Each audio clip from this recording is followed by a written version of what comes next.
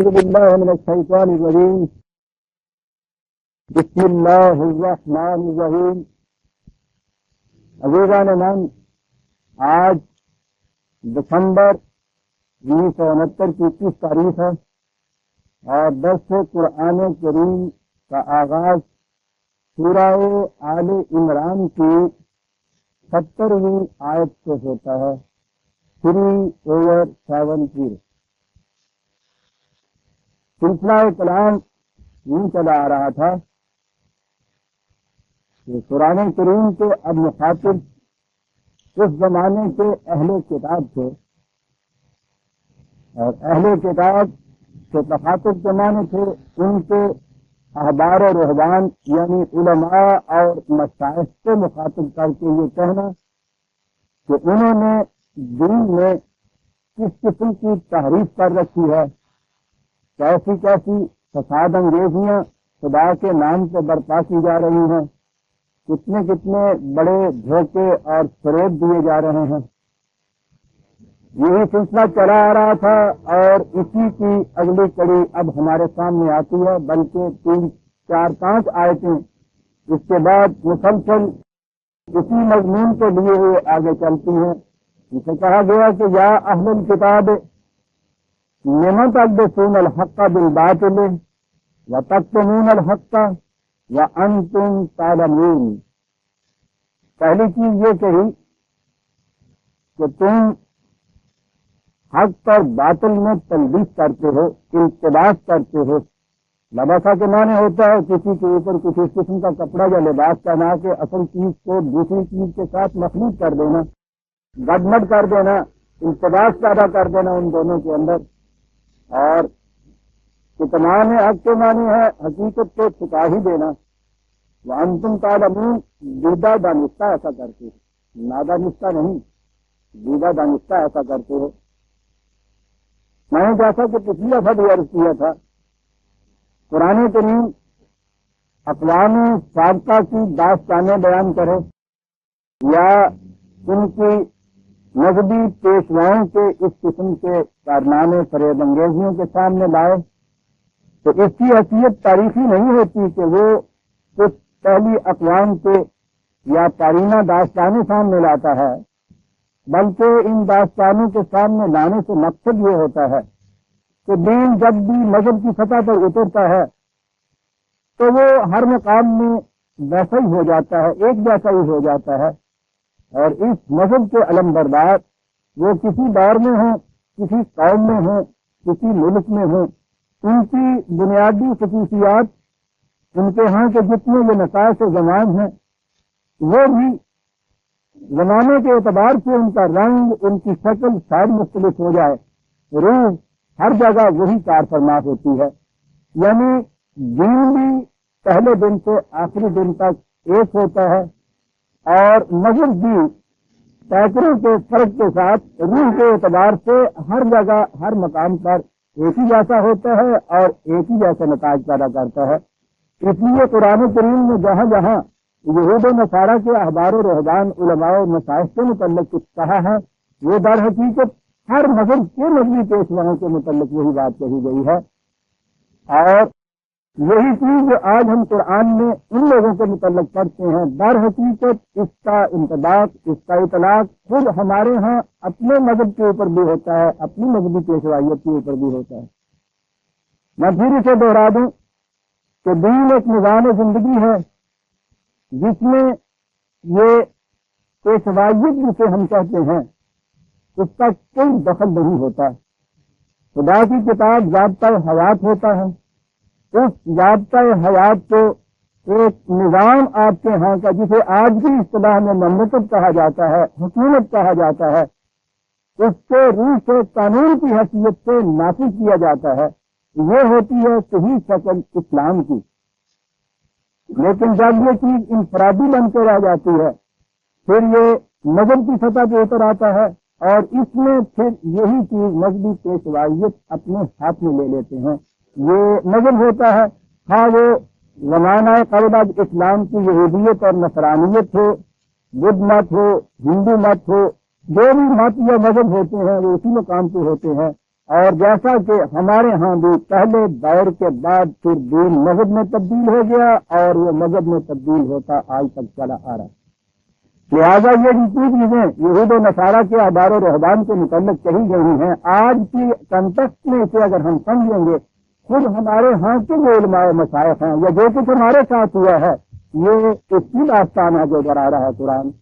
تلبیس حق کے باطل، التباس پیدا کر دینا حق کا باطل کے ساتھ، باطل اور حق کو اس طرح سے مخلوط کر دینا کہ اس میں معلوم نہ ہو سکے کہ حق کہاں چھپ گیا ہے، باطل کس طرح سے اس کے ساتھ آ کے گڈمڈ ہو گیا ہے، یہ چیز وہ کرتے تھے۔ ان کے ہاں تو یہ چیز تھی کہ کتاب اپنی اصل شکل میں موجود ہی نہیں تھی، اس لیے انہوں نے کتاب کے اندر یہ بات پیدا کر دی، خود اس کے اندر تحریف کر دی، حق کے اوپر انہوں نے لبادے اڑا دیے حق کو اپنے خیالات سے، خود کتاب کے اندر کتاب اپنی اصلی شکل میں باقی نہ رہی۔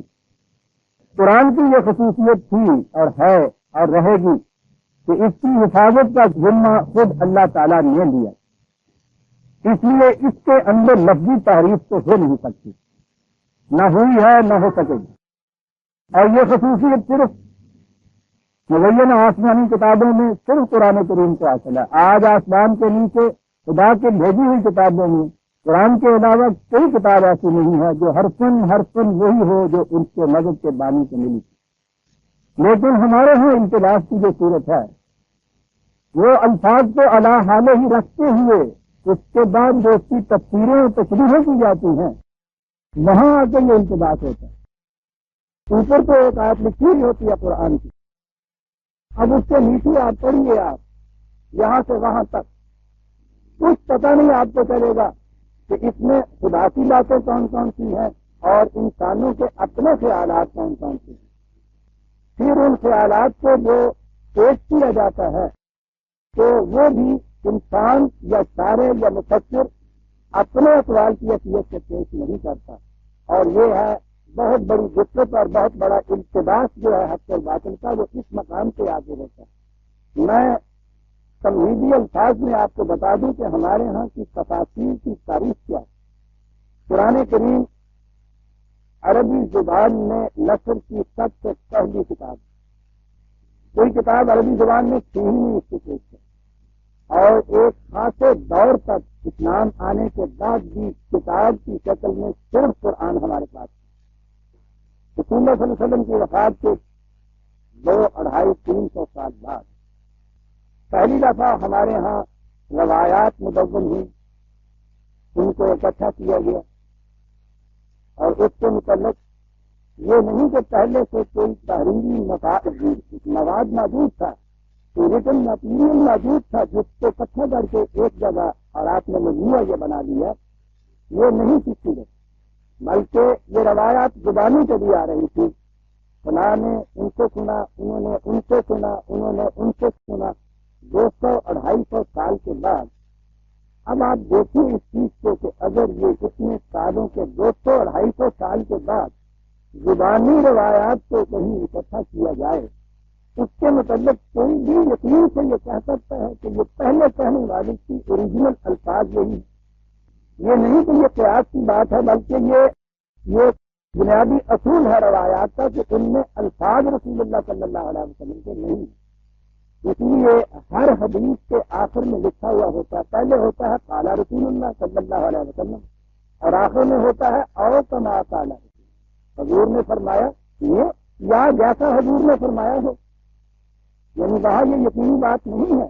اور روایات ان کا تواتر لفظی نہیں ہے، الفاظ نہیں آئے، جیسے قرآن کریم کے الفاظ جسم یاد کیے جاتے ہیں، اور اسی طرح سے حفاظ آگے اپنے شاگردوں کو اسی طرح سے حفظ یاد کراتے ہیں۔ قرآن کے الفاظ وہاں یہ صورت نہیں تھی، وہ روایت بالمعنی ہوتی ہے، یعنی مفہوم جو کسی نے سمجھا، حضور نے کچھ فرمایا، سننے والے نے اس کا مفہوم کو سمجھا، اس نے یہ مفہوم اپنے الفاظ میں آگے منتقل کیا، اس نے پھر یہ مفہوم اپنے الفاظ میں آگے کسی کو بتایا، 5-6 اس درمیان میں راوی آئے، اور یہ آخری راوی نے اس مفہوم کو جو اس انداز سے منتقل ہو کے چلا آ رہا تھا وہ بیان کیا اس سے جنہوں نے یہ احادیث کے نبی مرتب کرنا۔ تو آپ اس میں دیکھ لیجیے کہ حقیقت کتنی رہ جاتی ہے، امکان کتنا ہے اس کے اندر التباس کا۔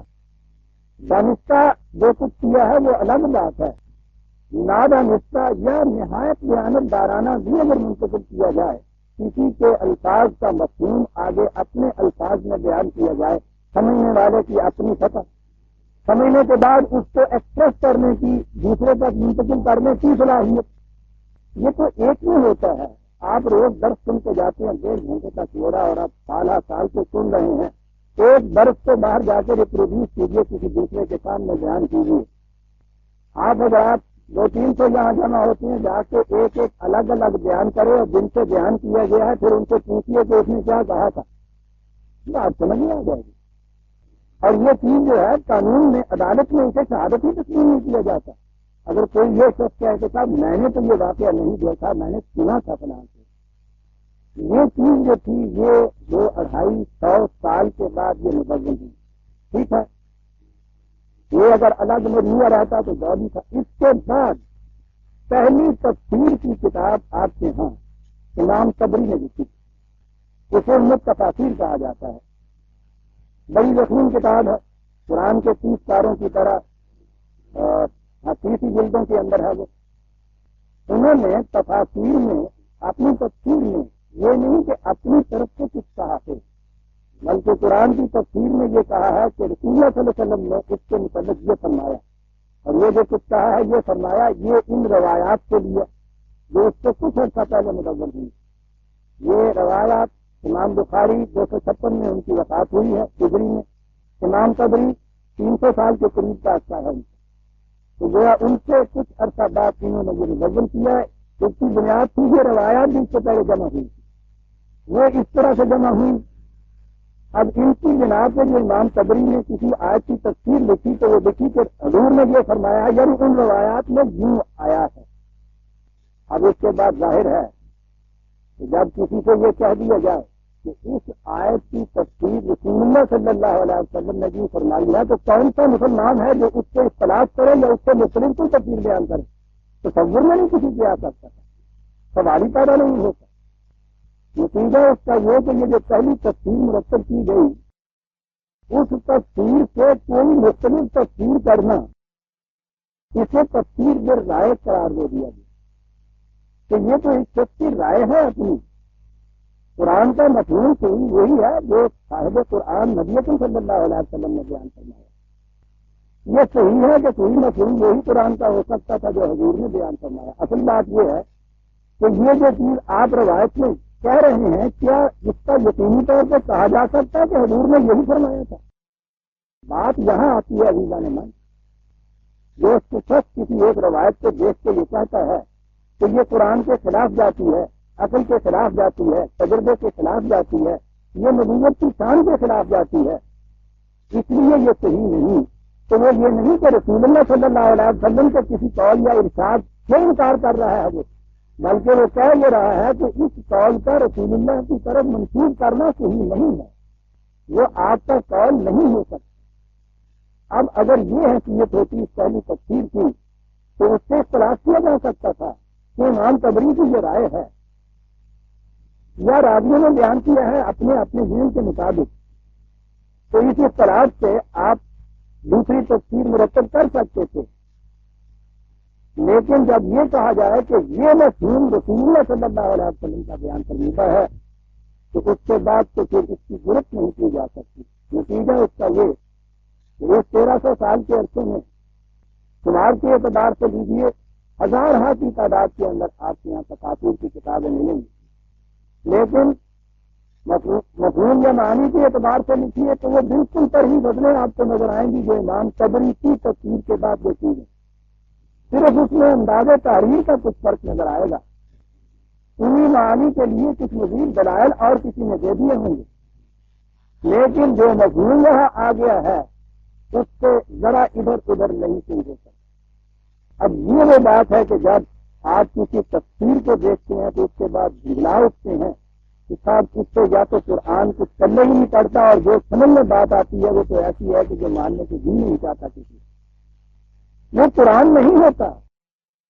اور اگلی چیز یہ ہے کہ وہ نبی اکرم صلی اللہ علیہ وسلم کی ارشاد فرمودہ تفسیر بھی نہیں ہوتی، لیکن اس کی نسبت کر دی جاتی ہے اس ذات رسول اعظم صلی اللہ علیہ وسلم کی طرف، اس لیے اس کے خلاف کوئی شخص کہہ نہیں سکتا، اور اگر کوئی یہ کہتا ہے تو اس کو پھر منکر شان رسالت کہا جاتا ہے۔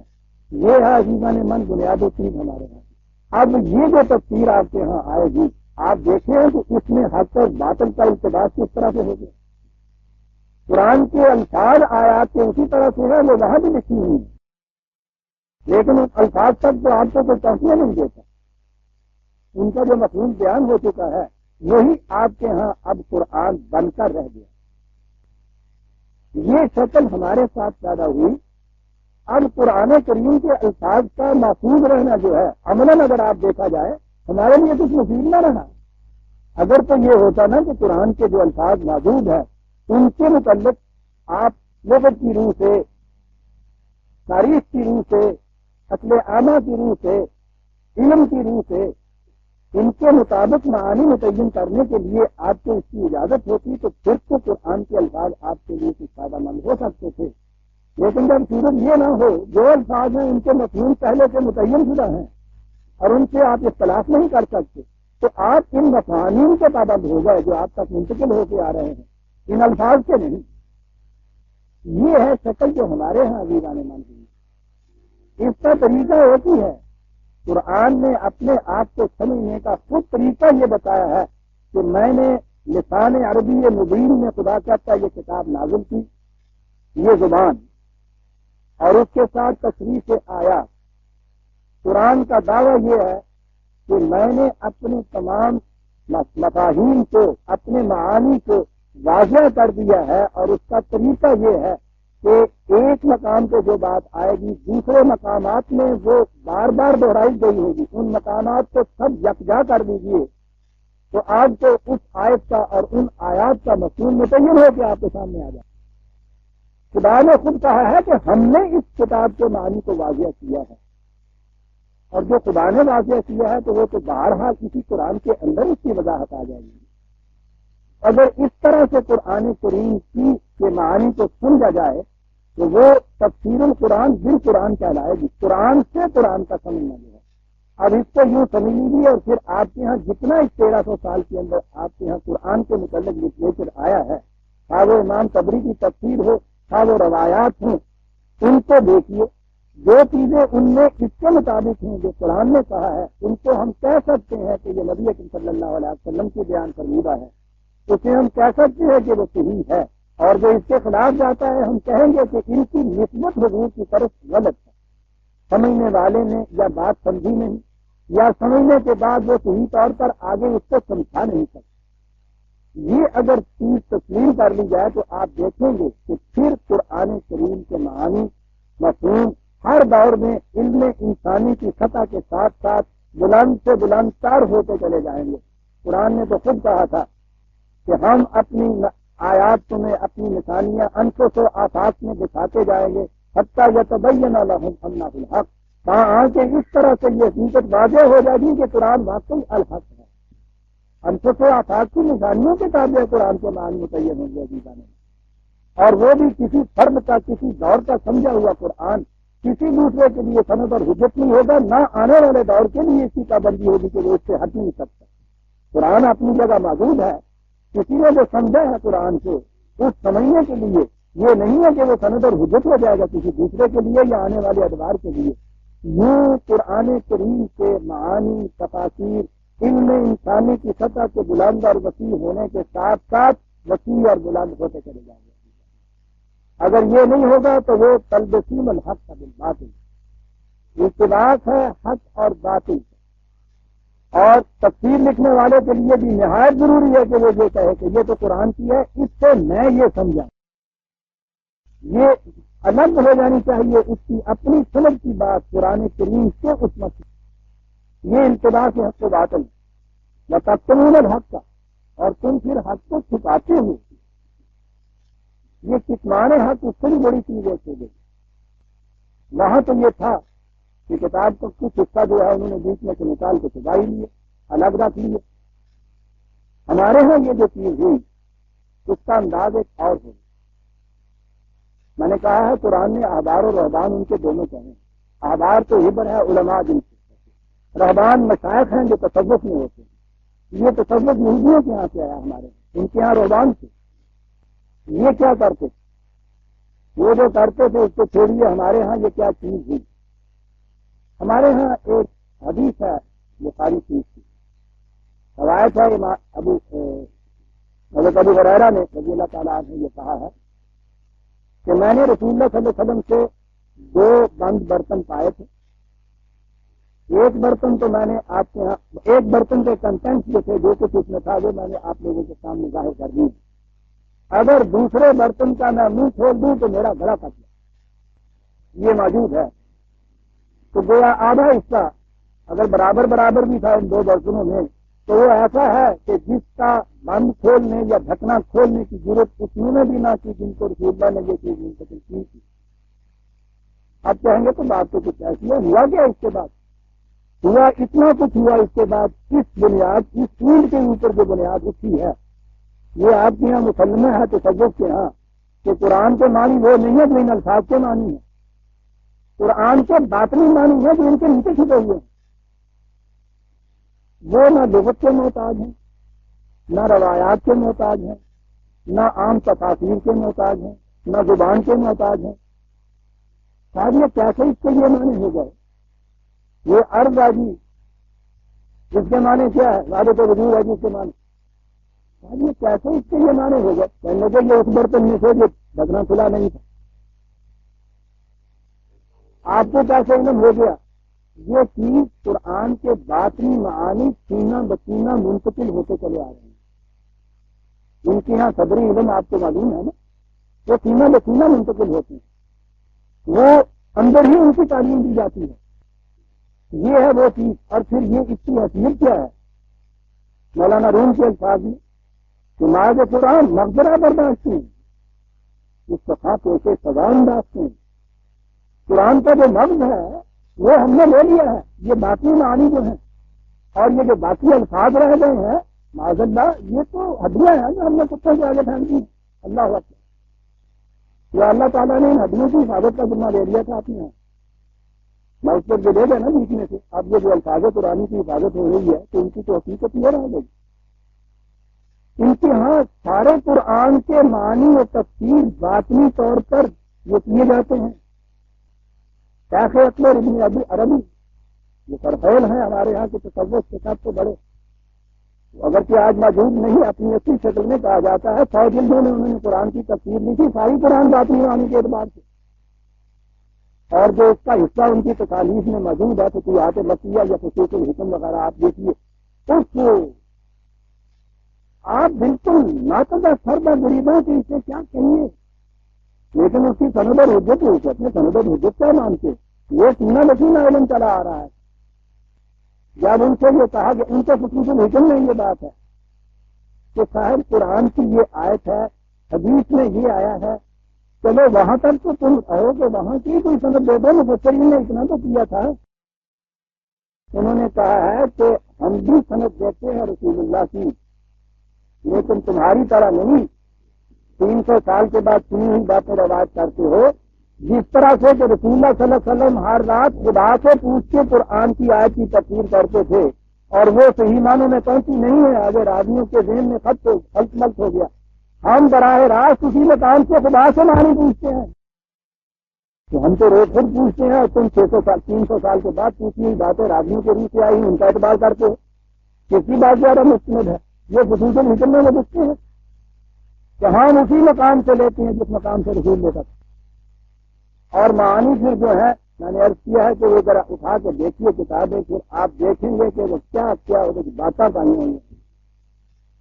ٹھیک ہے، یعنی کسی لفظ کے بعد آپ کہیں گے باقی معنی یہ ہے، نہ زبان میں وہ معنی، نہ صنعت کی قرآن کی کوئی سند، حتیٰ کہ نہ تفسیر کی سند، نہ کوئی حدیث کی سند.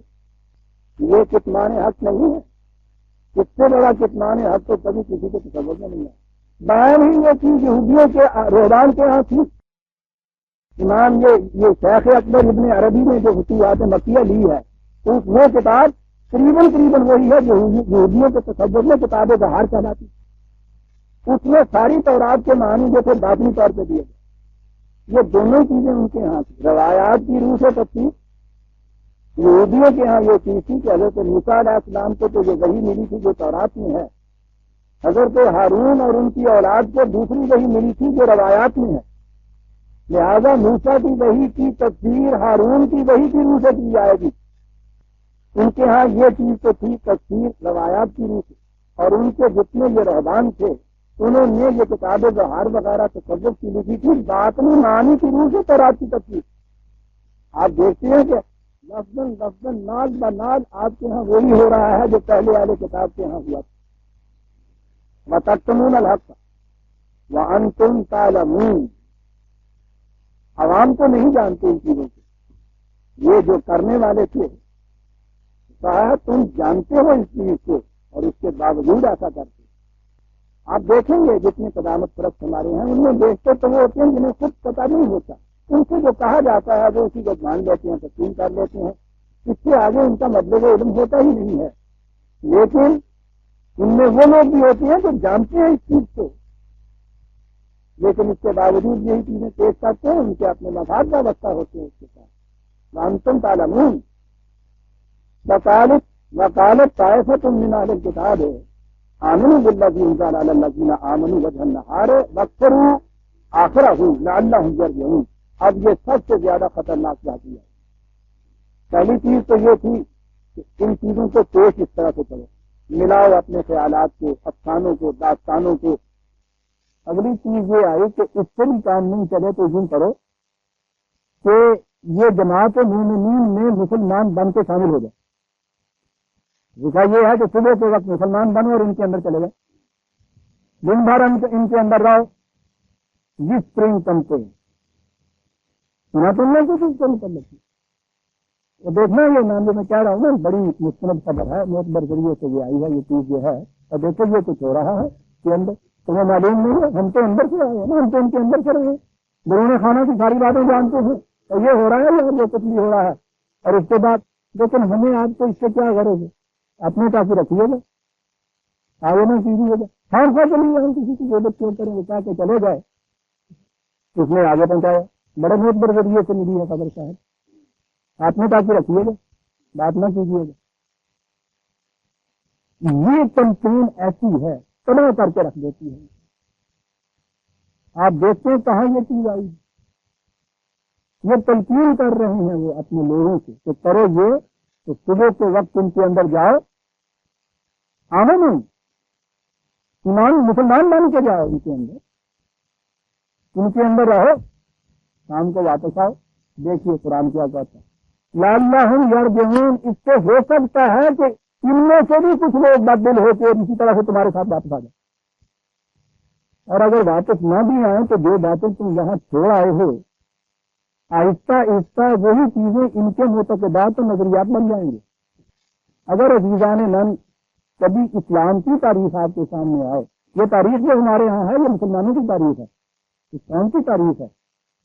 اسلام سے کیا بیتی، یہ کیا تھا اور آج یہ جو کچھ بن گیا ہے یہ کیسے بنا، اس میں آپ دیکھیں گے انتباس حق و باطل، کتمان حقیقت. اور یہ تیسری چیز یہ سازش مسلمان ہو کے ان کے اندر آئے.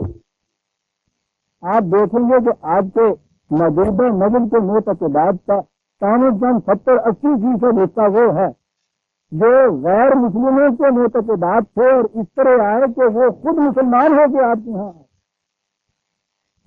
آپ کے ہاں کی بڑی معتبر مسلم کتابیں بھی جو سمجھی جاتی تھی، تحقیق کرنے کے بعد معلوم ہوا کہ یہ صاحب تو اس مقصد کو لے کے آئے ہوئے تھے آپ کے اندر.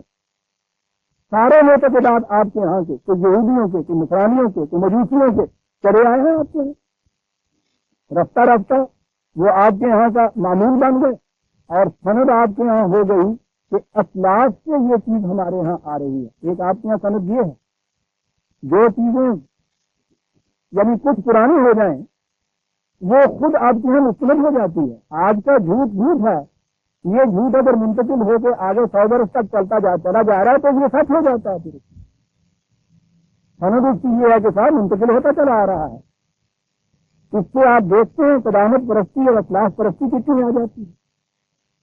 قرآن تو حق پرستی کے لیے آیا تھا عزیزان من، آگے آتی ہے، ابھی آیت آتی ہے اتنی جلیل القدر آیت جس میں اس نے کہا ہے کہ کسی شخصیت کو یہ حق حاصل نہیں ہے کہ وہ اپنے طور پر کسی سے کوئی بات منوا لے. شخصیت پرستی کو تو قرآن نے کاٹ کے رکھ دیا ہے. یہاں سند ہو جاتی ہے ہمارے یہاں شخصیت پرستی. صبح کے وقت میں جاؤ، شام کے وقت وہاں سے نکلا، دن بھر چپتے چپتے نہایت مطمئن بنے ہوئے مسلمان یہ خیالات پھیلاتے چلے جاؤ. لعلہم یرجعون.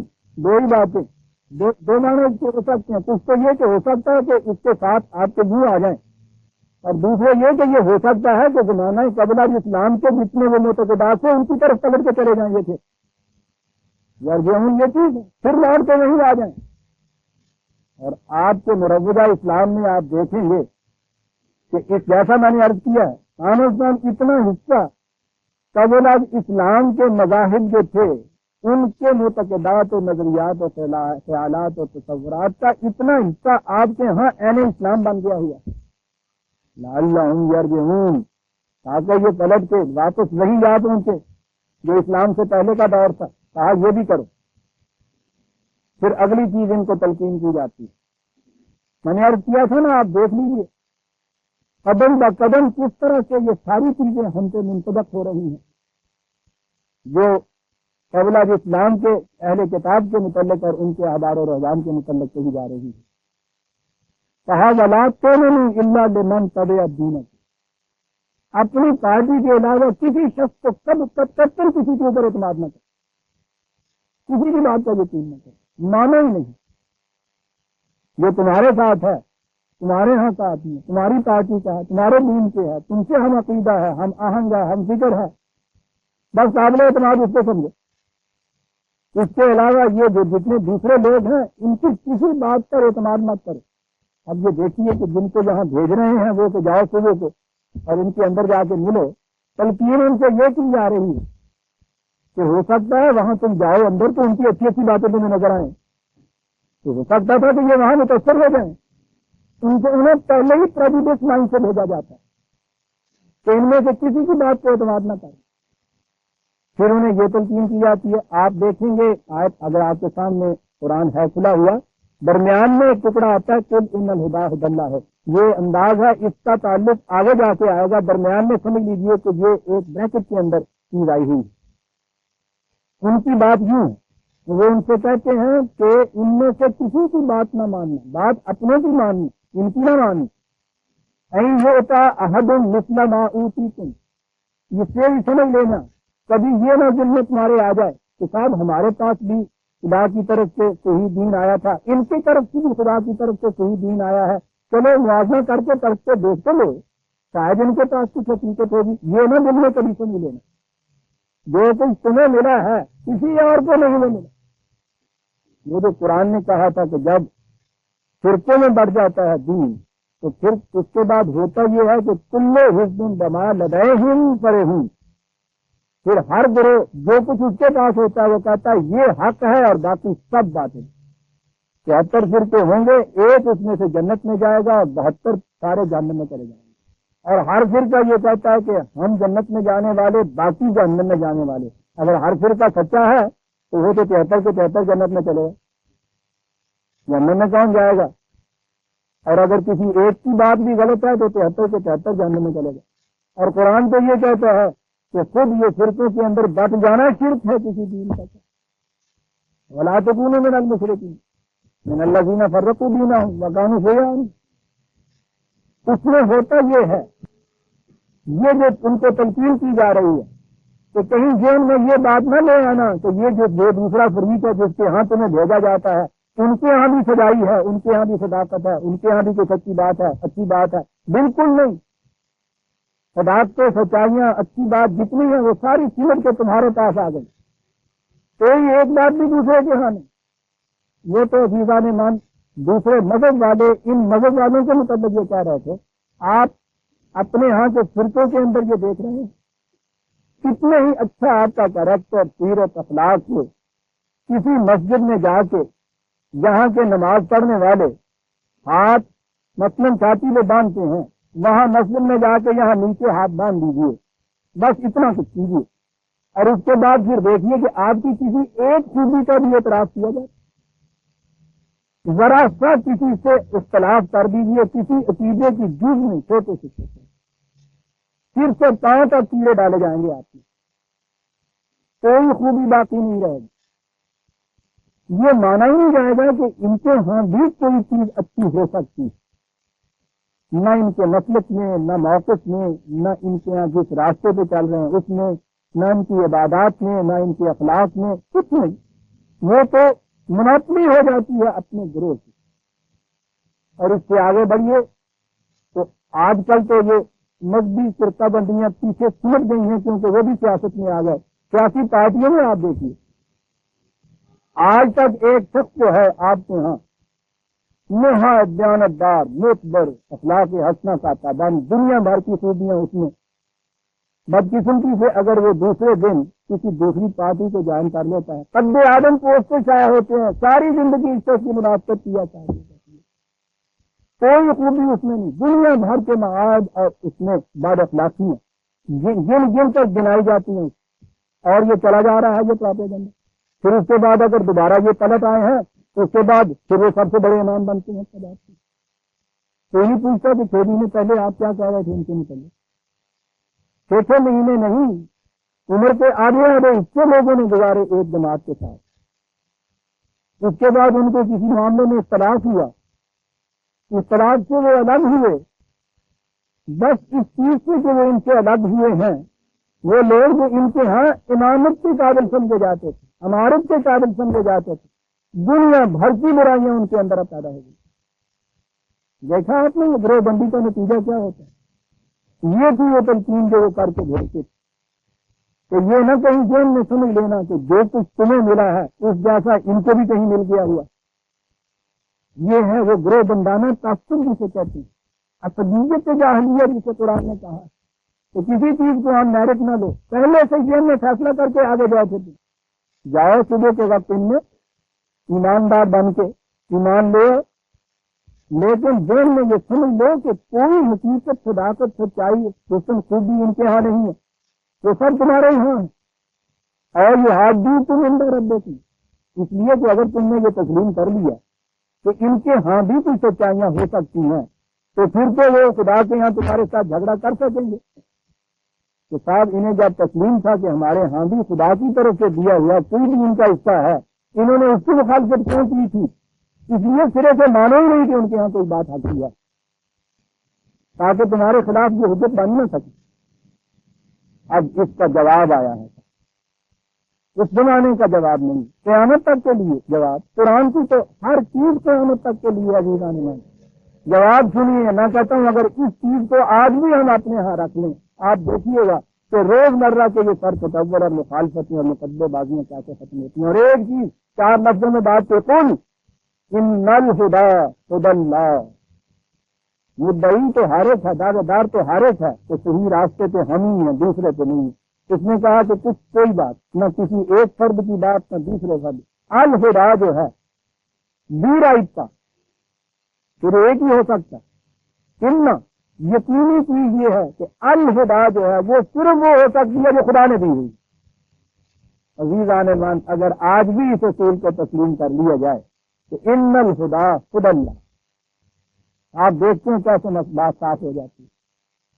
ان کے لیے تو دقت تھی کہ خدا اللہ جو تھی خدا کی رہنمائی انہیں اپنی منظم شکل میں کہیں سے مل نہیں سکتی تھی، کہ کتاب ان کے پاس موجود نہیں تھی اپنی اصلی شکل میں، وہ کہاں ڈھونڈنے جاتے۔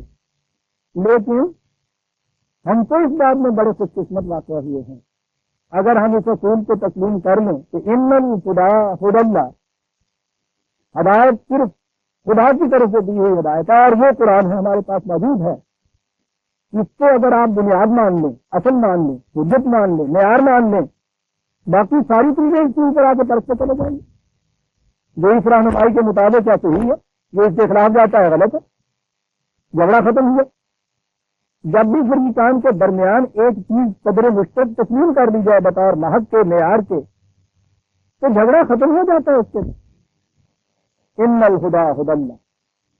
اب ان کے ہاں اعتراض یہ تھا کہ صاحب یہ نبوت بنی اسماعیل کے ہاں کیوں آ گئی؟ یہ تو بنی اسرائیل کے ہاں رہنی چاہیے تھی۔ یہودیوں کے ہاں نبوت قومی تھی، وہ نسلی تھی، وہ بنی اسرائیل کے اندر اس کو مختص سمجھنا چاہتے تھے۔ حضرت ابراہیم علیہ السلام کیا دو بیٹے، حضرت اسحاق کی اولاد میں حضرت یعقوب، ان کا لقب تھا اسرائیل، ان سے جو نسل آگے چلی وہ بنی اسرائیل، حضرت اسماعیل سے جو آگے نسل چلی وہ بنی اسماعیل، یہ آ کر حجاز میں متمکن ہو گئے تھے۔ یہ حجاز کے عرب جو تھے یا قریش وغیرہ یہ اس قبیلے سے تھے، اور وہ بنی اسرائیل جو تھے جن کو یہودی کہتے، انہوں نے بعد میں یہ عقیدہ بنا لیا تھا کہ کتاب، حکم، نبوت یہ سب کی سب بنی اسرائیل کے اندر نسلی طور پہ رہے گی۔ نہ تو وہ کہتے تھے کہ نہ تو ان کے باہر کوئی نبی آ سکتا ہے، اتنا ہی نہیں، ان کے یہاں یہ چیز بھی تھی، آپ کو معلوم ہے کہ یہودیت کا مذہب جو ہے، کوئی غیر بنی اسرائیل جو نسل بنی اسرائیل میں نہیں ہے وہ یہودی نہیں ہو سکتا۔ مذہب بھی نسل کے اندر مشتمل ہو کے رہ گیا، محدود ہو کے رہ گیا، اس سے باہر نہیں جا سکتا۔ لہذا ہدایت بھی ان کے ہیں، نجات و سعادت بھی ان کے ہیں، جنت بھی ان کے ہیں۔ یہ چیز تھی جو ان کے یہاں چلی آ رہی تھی۔ قرآن نے آ کے کہا یہ تو پہلے دن سے بات غلط ہے، جس ابراہیم کی طرف تم اپنی نسلی نسبت کرتے ہو، اس نے خود کہا تھا کہ میں الناس کے لیے آیا ہوں۔ اس نے تو اپنے اور بیگانے کا معیار یہ قائم کیا تھا کہ وہ من اتبعنی فہو منی، جو میری پیروی کرے گا، میرے پیچھے پیچھے چلے گا، وہ مجھ میں سے ہے۔ انہوں نے جب یہ کہا تھا کہ یا اللہ میں نے یہ کعبہ تعمیر کیا ہے، اپنی اولاد کو یہاں بسایا ہے، ان کے لیے خوشگواریوں کا تم وعدہ تو دو۔ خدا نے کہا تھا وعدہ تو میں کہوں گا، لیکن ظالم حد ظالمین، ان میں سے جو لوگ اس راستے سے ہٹ جائیں گے جو ظالم ہوں گے، ان کے لیے میرا یہ وعدہ نہیں ہے۔ نسل کا تو یہاں سوال ہی نہیں، یہ صورت نہیں ہے۔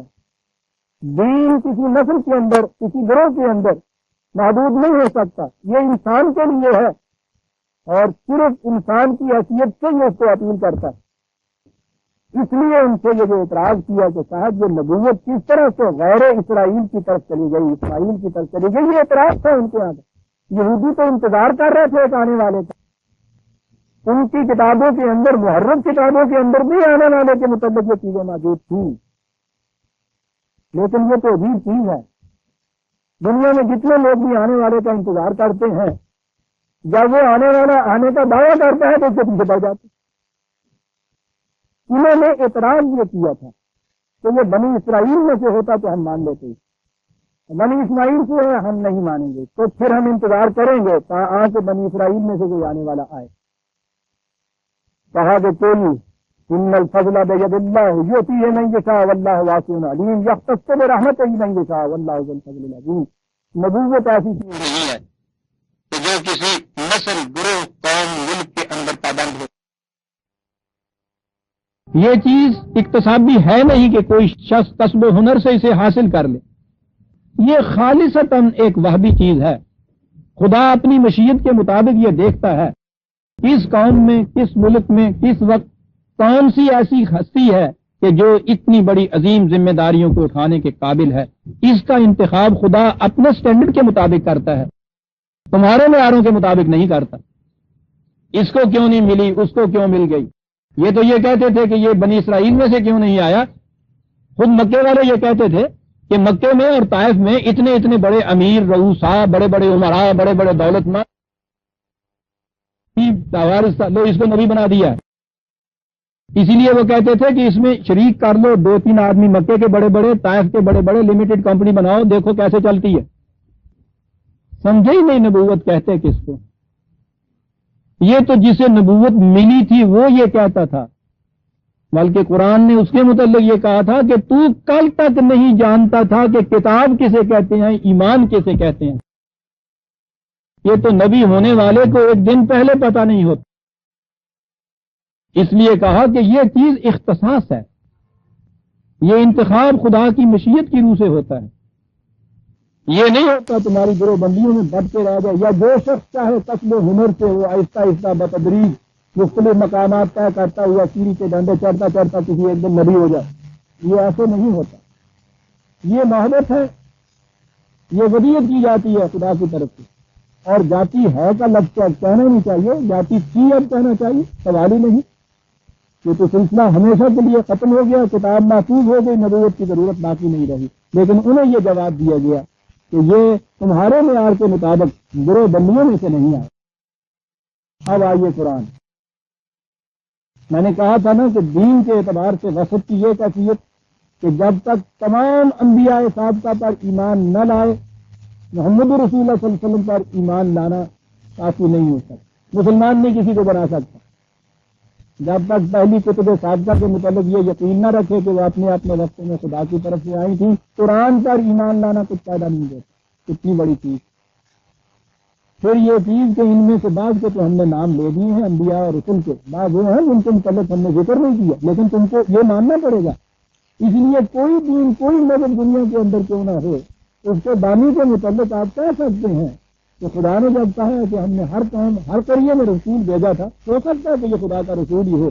آپ کسی کی شان میں گستاخی کرنا تو ایک طرفہ ہے، اس سے انکار نہیں کر سکتے. اور آگے آئیے، یہ جو چیز میں نے کہی تھی کہ اپنے گروہ کے علاوہ باہر کے گروہ میں کوئی خوبی نہیں سمجھ گیا، کوئی ایک خوبی نہیں اس میں باقی جو دکھائی دیتی.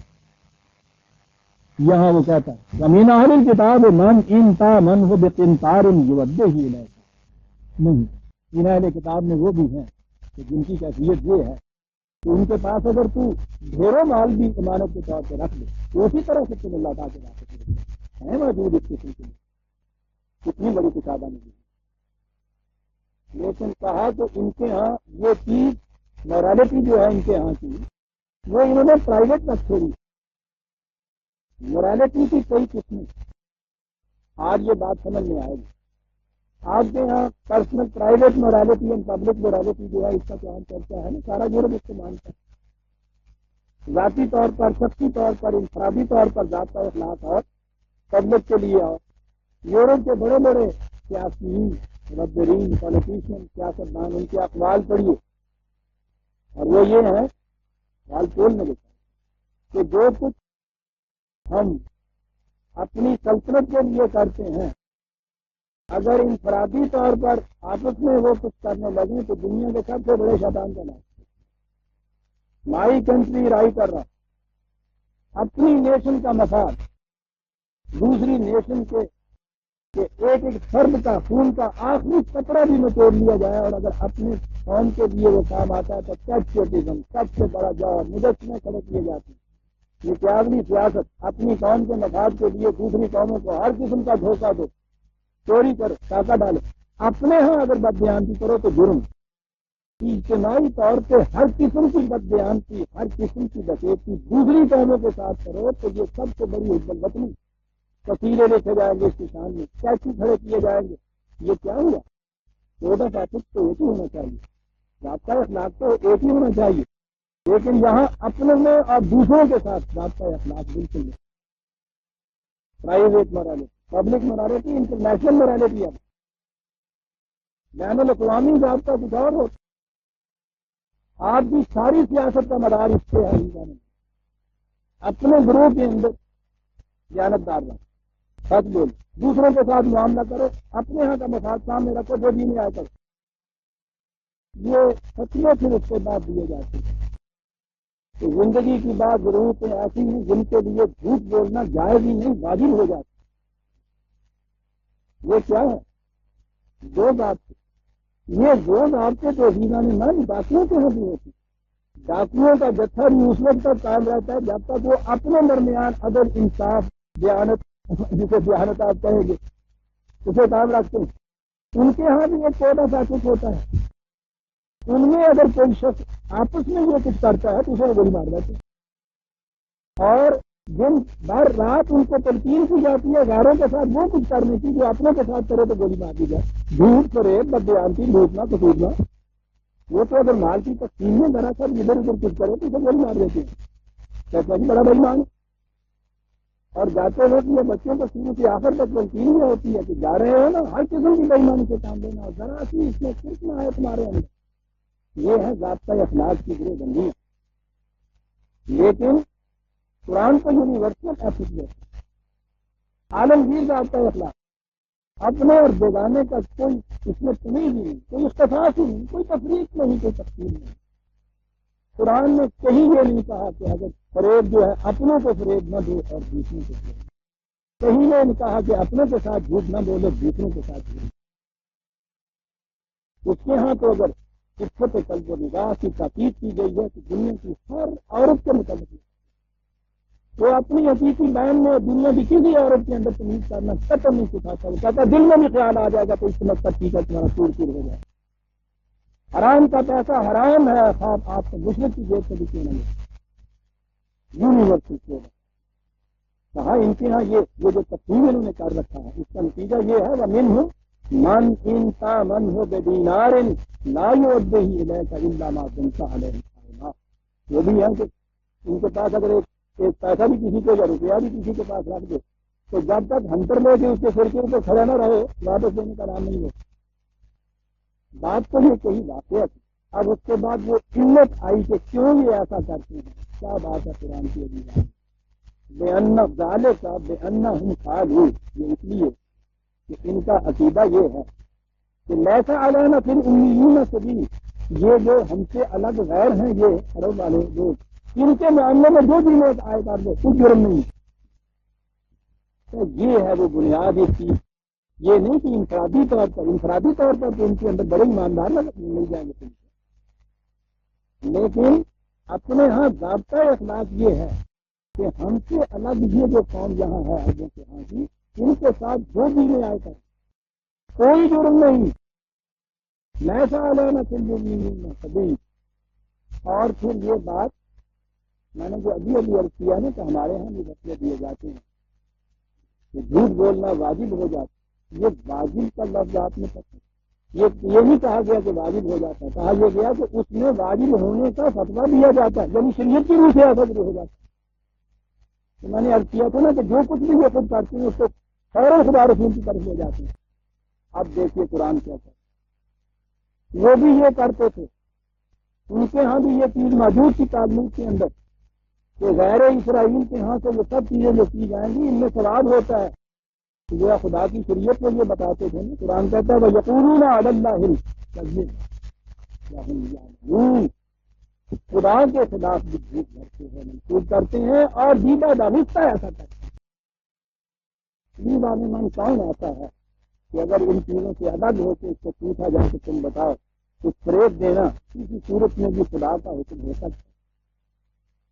اور بات اس کی سمجھ میں اس وقت آئے گی جب یہ کہا جائے کہ اگر تمہیں فریب دیا جائے تو کیا اس کے بعد اسے تم یہ کہیں کہ معاف کر دو گے کہ اس نے خدا کے حکم کی تعمیر کی یا لے جاؤ گے تھانے وَيَقُولُونَ عَلَى اللَّهِ. تو جرت ان کی ملازہ فرماؤ. ارے انفرادی طور پر پرسنلی عبادت کردار ہو گئے ہو تو چلو یہاں تک صحیح ان چیزوں کو کہتی ہو کہ خدا کی شریعت میں یہ چیز کہتے کہتے قرآن ہے نا. میں نے کہا تھا کہ تاریخ کی کتاب نہیں ہے. فوراً اپنا اصول ہے بلاؤ سن رکھو. قطعاً یہ بات نہیں جو کہ یہ کہتے ہیں من اوفی بعہدہ واتقی فإن اللہ یحب المتقین. اپنے اور بیگانے کا کوئی فرق نہیں. جو بھی ان عہد کو اس وعدے کے جو خدا کے ساتھ اس نے کیا ہوا اس کی پابندی کرتا ہے اس کا شمار متقین کے اندر ہو جاتا ہے اور خدا انہیں کو پسند کرتا ہے. یہاں گروہ بندانہ اس قسم کی مفاد پرستیاں اس قسم کی تعبیرات تقسیمیں اس طرح اس قسم کی تفریق سچن خدا کے لیے نہیں. وہ خدا رب العالمین ہر انسان اس کی نگاہ میں یکساں. ضابطہ اخلاق اس کے ہاں کا جو دیا ہوا ہے وہ تمام یونیورسل. اور یونیورسل جب میں کہتا ہوں بات دور چلی جائے گی تو معنی اس کے اور یہ انسانوں کی سوسائٹی کا بنایا ہوا نہیں ہے. جیسے کائنات کے اندر خدا کے متعین کردہ قوانین اب خود جاری اور ساری ہیں. نہ ان کے بنانے میں یہ ہوا ہے کہ اس نے ان سے مشورہ کیا ہے کہ سناؤ بھائی تمہارے لیے کیا قانون بنا دیں. مچھلیوں نے نہ کانفرنس کر کے کبھی کہا تھا کہ صاحب ہمیں پانی میں رہنے کے لیے پارا کیجیے. اور پرندوں نے کہا تھا کہ نہیں صاحب ہمیں اڑنے کے لیے وہ کر دیجیے. سوال نہیں تھا. اس کو یونیورسل کوڈ کہتے ہیں. اس نے ایک بہت بڑا پروگرام اپنے سامنے رکھا کائنات کا. اس کے مطابق یہ قوانین نافذ کیے. ہر ایک کے اوپر یکساں اطلاق ہوتا ہے ان کا. یہ جو انسانوں کی دنیا کے لیے بھی دیے ہیں یہ بھی اسی قسم کے قوانین یا اقدار اس میں بنا کے چلے گئے. اسے کہتے ہیں یونیورسل کوڈ.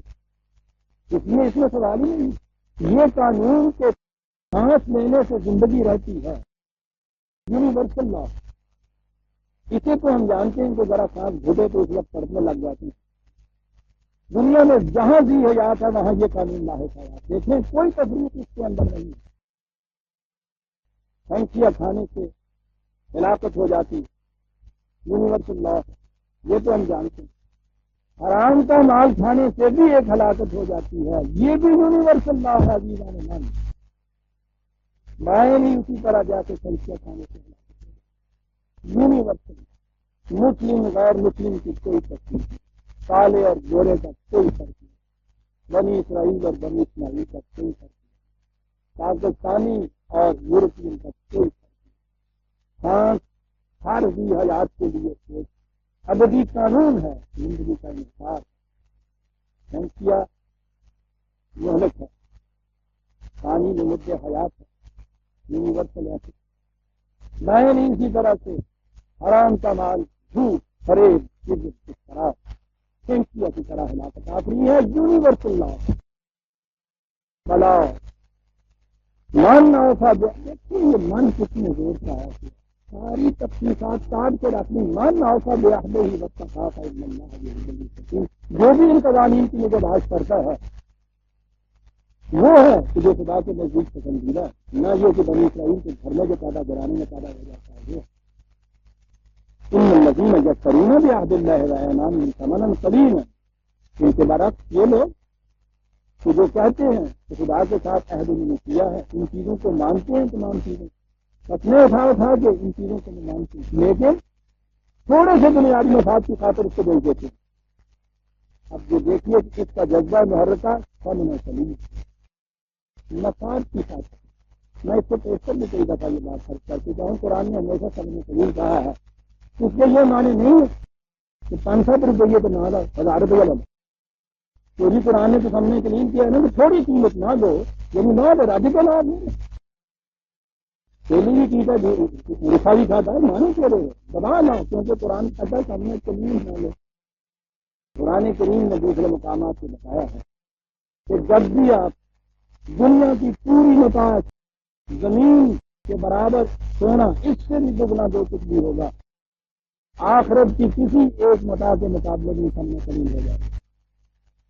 لہٰذا جہاں وہ ثمن قلیل کہتا ہے، دنیا کی متاع کے اندر کوانٹیٹیولی وہ فرق نہیں کرتا ہے کہ 10 روپے ثمن قلیل ہے، 100 روپیہ جو ہے ٹھیک ہے، ثمن کثیر ہے۔ وہ یہاں تقابل وہ کرتا ہے ہمیشہ۔ فزیکل لائف تمہاری کبھی زندگی سے متعلق جتنی متاع حیات ہیں، اور وہ متاع حیات جو تمہاری اپنی ذات کی زندگی سے متعلق ہے، جس سے آپ کا مستقبل سنورتا ہے، جب دونوں میں ٹکراؤ پیدا ہو جائے گا تو یہاں کی زندگی کی عظیم ترین متاع بھی اس کے مقابلے کے اندر قلیل ترین سمجھ ہو جائے گا۔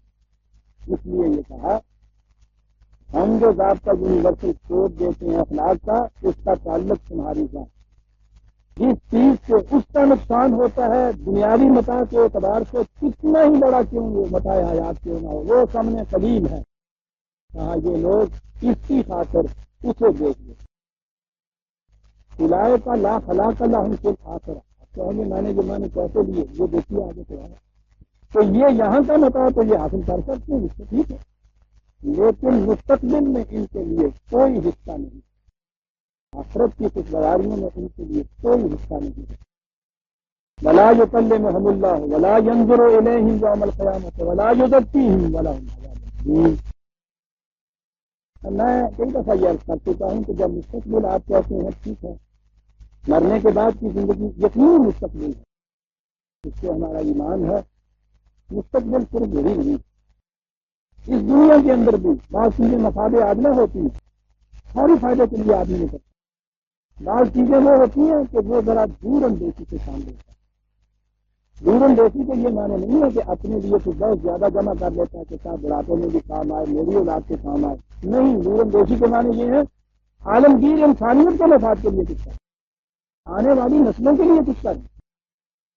عوام کے ذہن میں مستقبل نہیں ہے، یہ انسان کی خصوصیت، فیوچر کا تصور عوام کے ذہن میں نہیں ہے۔ یہ اتنا کچھ تو ہوتا ہے بعض عوام جو سردیوں کے اندر ان کو برف کے اندر یا اس طرح سے رہنا پڑتا ہے، وہ اسے جمع کر لیتے ہیں، وہ انسٹنکٹ کہلاتی ہے قسم کی، وہ ثابت ہوتی ہے کہ کبھی آتی ہے۔ یہ جو ہے ذہنی طور کے اوپر مستقبل کے متعلق جو سوچنا، اس کی خوشگواریوں کا سوچنا انسانیت، وہ لوگ جو مفاد عادلہ کی تطبیق کرتے ہیں کہ سمیٹ لو جتنا سمجھ سکتا ہے، لے لو اپنی ذات کے لیے، اسی کے دور میں باقی انسان بھوکے مرتے ہیں، کل کیا ہوگا اس ملک کا، اس قوم کا، اس کے بعد کی نسلوں کے کا کیا بنے گا، انہیں اس سے کوئی غرض نہیں ہوتی۔ اسے بھی قرآن متاع عادلہ کہتا ہے، اور اس کے مقابلے میں یہ جو تصور ہے کہ میری ذات ہی نہیں، انسانیت آج ہی نہیں کل، موجودہ نسل نہیں آنے والی، موجودہ زندگی نہیں آنے والی زندگی، یہ ساری آخرت میں آ جاتی ہے۔ یہاں کی قومیں جو ہیں وہی پنپ سکتی ہیں جو صرف مفاد خیز سے نگاہ نہ رکھیں، آنے والوں کے اوپر بھی نگاہ رکھیں۔ جب حضرت عمر رضی اللہ تعالیٰ عنہ عراق کی زمینیں جب فتوحات میں آئیں تو پہلا وقت تھا جب فیصلہ کرنا تھا ان کو کہ زمین کسی کی ذاتی ملکیت ہو سکتی ہے۔ اس کے اوپر تاریخ ہمیں بتاتی ہے کہ اس پہلی دفعہ یہ سوال آیا، سوال بڑا اہم تھا۔ اس سے پہلے مال غنیمت چھوٹے چھوٹے ٹکڑوں میں چیزیں آتی تھی، اسلحہ تھوڑی سی دولت سپاہیوں میں بڑھ جاتا تھا، ان کے ہاں عام رواج یہ تھا عرب کے اندر۔ پہلی یہ چیز یہ آئی کہ مستقل دنیا رزق ایک ہے، اس نے وسیع پیمانے کے اوپر آیا ہے، کیا اسی انداز سے ان سپاہیوں نے اس کو باندھ دیا جائے؟ ایک گروہ کا یہ خیال تھا۔ حضرت عمر بلا تعمل اس سے راضی نہیں ہو رہا ہے۔ تاریخ بتاتی ہے کہ اس ایشو کے اوپر ان کی کیبنٹ میں قریب ایک مہینہ تک ڈسکشن ہوتی رہی، اور آخر الامر حضرت عمر نے قرآن کی اس آیت کو یہ دلیل دی جس میں یہ کہا گیا ہے کہ جو کچھ تم اس وقت کرتے ہو تمہارے بعد آنے والوں کا بھی اس میں حصہ ہونا چاہیے۔ آپ نے یہ کہا تھا کہ اگر یہ چیز انفرادی طور پہ تقسیم کر دی جاتی ہے تو اس میں انہی کا حصہ ہوگا، اور اگر اس کو ملت کی مشترکہ تعبیر میں رہنے دیا جائے گا تو آنے والی نسلوں کا بھی اس میں حصہ ہوگا، اس لیے ان کو تقسیم نہیں کیا جائے گا۔ یہ ہے ایمان بالآخرت کی پہلی چیز۔ کیا چیزیں قرآن دے جاتا ہے، کیسے ان لوگوں نے سمجھا ہے۔ جی تو ہم جب کہتے ہیں نا کہ آخرت میں ان کا کوئی حصہ نہیں ہے، یہ جتنے ادار و رحبان جو جتنے بھی اس قسم سے اکٹھا کرنے والے ہیں متاع حیات ہم نے قدیم، ان میں سے کسی کو یہاں کے مستقبل کا بھی کچھ فکر نہیں ہوتا، آنے والی نسلوں کا نہیں ہوتا، عالمگیر انسانیت کا نہیں ہوتا، میں ہوتی سمجھ کے کریں۔ اور جب یہ نہیں ہوتا تو اس کے بعد پھر آپ آخرت کا فکر کس کو پھر ہوگا؟ لا جو کل محمد بڑی عجیب چیز ہے۔ یہاں یوم القیامت ہے، ٹھیک ہے، قیامت مرنے کے بعد کی قیامت صحیح ہے، لیکن میں نے عرض کیا ہے کہ قرآن کی روح سے یہ سمجھ آتا ہے کہ یہاں بھی جب وہ صحیح نظام خدابندی قائم ہوتا ہے جس میں قیامت کے معنی ہوتے ہیں یا خود سے کھڑے ہو جانا، جس میں انسانیت اپنے پاؤں سے کھڑی ہو جاتی ہے، یقین الناس رب العالمین، پوری انسانیت ربوبیت عالمینی کے لیے جب کھڑی ہو جاتی ہے۔ کہا کہ وہ دور اب جو آنے والا ہے، نبی اکرم صلی اللہ علیہ وسلم کے دست مبارک سے اس کی نیت رکھی جا رہی تھی کہ یہ جو اب دور آنے والا ہے، اس دور کے اندر غلط نظام معاشرت اور معاشی کے اندر یہ لوگ سمیٹ کے لے جا سکتے ہیں سب کچھ۔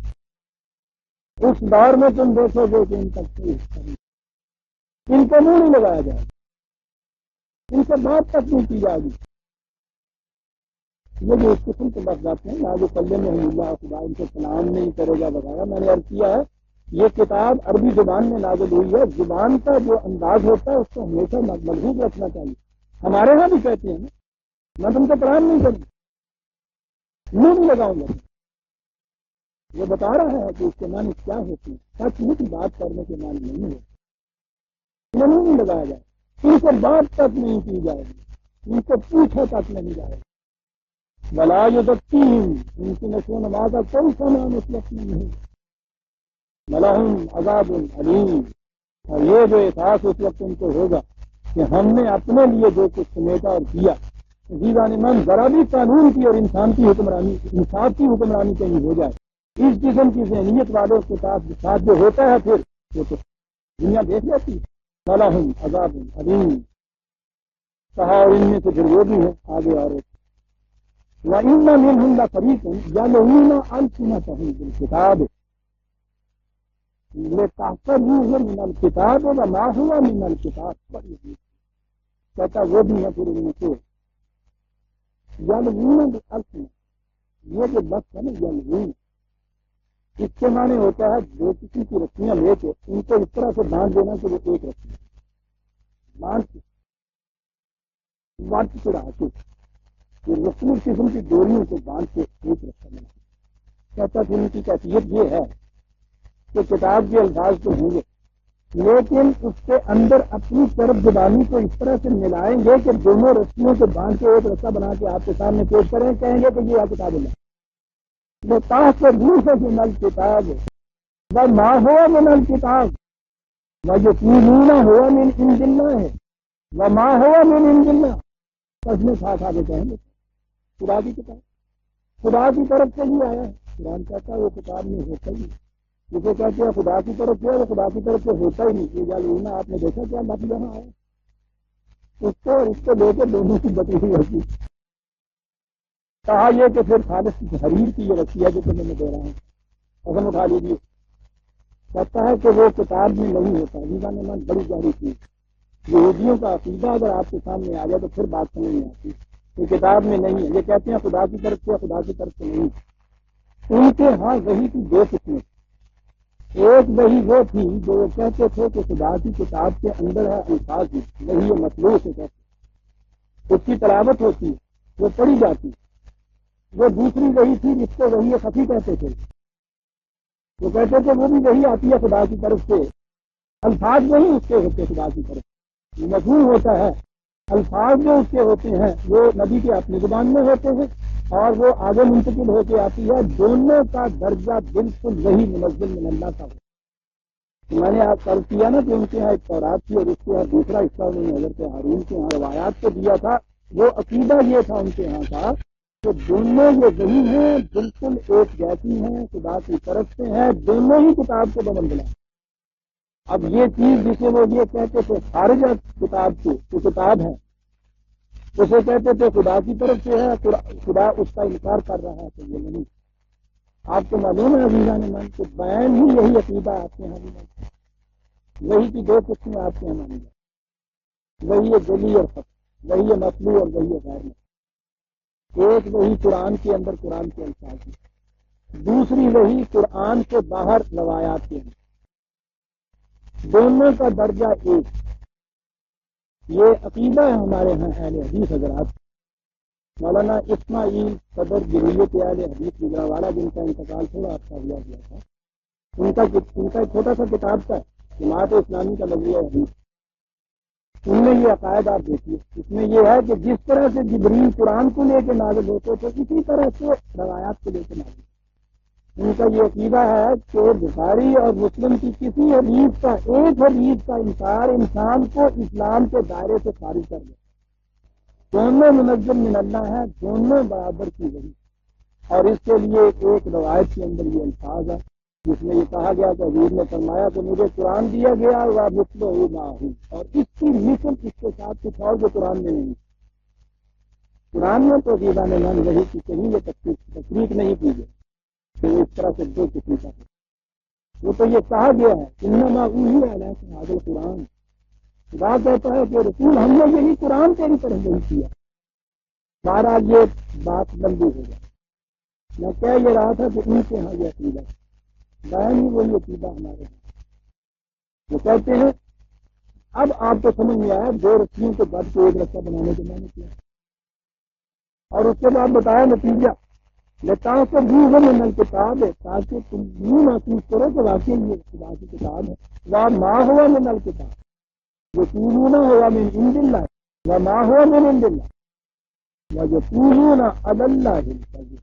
خدا کے خلاف سے یہ تکلیف کرنا اس کی طرف یہ چیز منسوخ کر دینا کہ خدا نے اس طرح سے دو قسم کی وحی بھیجی کتاب کے اندر کی وحی کی حفاظت کا ذمہ تو خود لے لیا دوسرا حصہ وحی کا اور وہ اتنا بڑا حصہ ہے ان کے متعلق کہا جاتا ہے کہ 1/10 حصہ قرآن میں ہے 9/10 حصہ روایات میں اس کی حفاظت کے متعلق خود ان کا عقیدہ یہ کہ ان میں سے کوئی چیز الفاظ رسول اللہ کے لیے جمع کرنے والوں نے اس کے بعد ان کے یہاں سب سے بڑی اہمیت بتائی جاتی ہے کہ اسماء اور رجال والے لوگ آئے جنہوں نے ان نبیوں کے اوپر تنقید کی تنقید کر کے ان میں سے کتنا حصہ جو تھا وہ نکال دیا انسانوں نے سب سے پہلے تو جنہوں نے جمع کیا امام بخاری خود لکھتے ہیں کہ مجھے 6 لاکھ کے حدیث کے قریب حدیث ملی ان میں سے 5,94,000 انہوں نے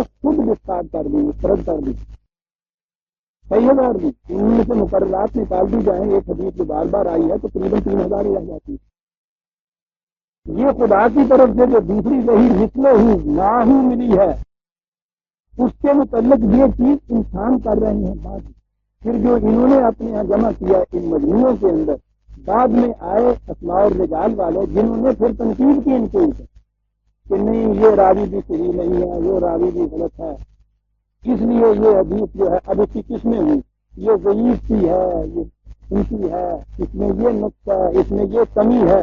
خدا کی وحی قرآن کے ساتھ قرآن کی مثل اس کے ساتھ یہ کچھ بھی کیا جائے، اور کہا یہ جاتا ہے کہ یہ قرآن جیسی ہے، جبریل اس کو بھی لے کے نازل ہوا کرتے تھے۔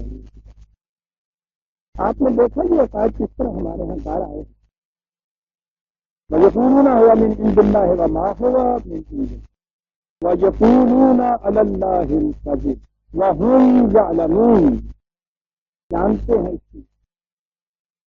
دیکھیے ہر حدیث کے بعد یہ کہنا او کما قال رسول اللہ، یا جیسے رسول اللہ نے کہا ہو، خود اعتراف کرتے ہیں کہ ہمیں یہ معلوم ہے کہ بیان ہی یہ لفظاً یقینی طور پہ نہیں یہ یا جیسا آپ نے کہا۔ یہ چیز تھی عزیزان من جو اسلام کے زمانے میں اہل کتاب کی طرف سے یہ چیزیں پیش کی جاتی تھی، یہ تھا ان کے اعتراضات، یہ تھا ان کا مسلک، یہ تھا ان کا موقف۔ قرآن نے ایک ایک بات ان کی گنائی ہے، اس لیے کہ جب یہ دین بھی بعد میں مذہب کے اندر تبدیل کر لیا جائے، اس میں بھی مذہبی پیشوائیت آ جائے تو اس میں بھی اسی قسم کے عقائد دار آئیں گے۔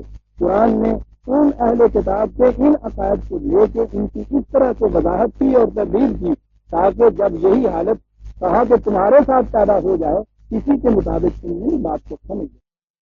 ہم سورہ آل عمران کی آیت 77 تک آ گئے، عزیزان ایمان 78 سے اگلی دفعہ شروع کریں گے، اور وہ بھی ایک عظیم مصول کی بات آئی ہے، ما کان لبشر ان یؤتیہ اللہ الکتاب والحکم والنبوۃ ثم یقول للناس کونوا عبادا لی من دون اللہ۔ بڑی عظیم چیز ہے، اسے ہم آئندہ لیں گے۔ ربنا تقبل منا انک